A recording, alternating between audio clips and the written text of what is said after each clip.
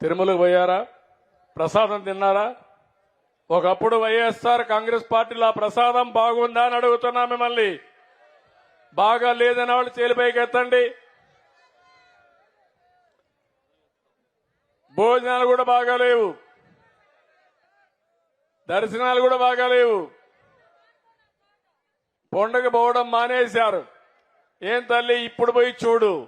కొత్తగా నేను ముఖ్యమంత్రి అవుతానే మొదటి రోజునే ఒక ఆఫీసర్ని వేశాను, శ్యామలరావు గారిని. ఒకే మాట చెప్పి పంపించాను. మళ్లీ నేను శభాషణాలంటే ప్రజలు మెచ్చుకునే పరిపాలన, దేవునికి సేవ చేయమని చెప్పి ఆయన పంపించా. ఈ రోజు నెయ్యి అంతా కూడా మార్చాడు. ఏదైతే కర్ణాటక ఫెడరేషన్ నందిని ఉందో ఆ నందిని నెయ్యి కొన్నాడు. ఇప్పుడు ప్రసాదం తిన్నారా అని మిమ్మల్ని అడుగుతున్నా. తిన్నారా ప్రసాదం?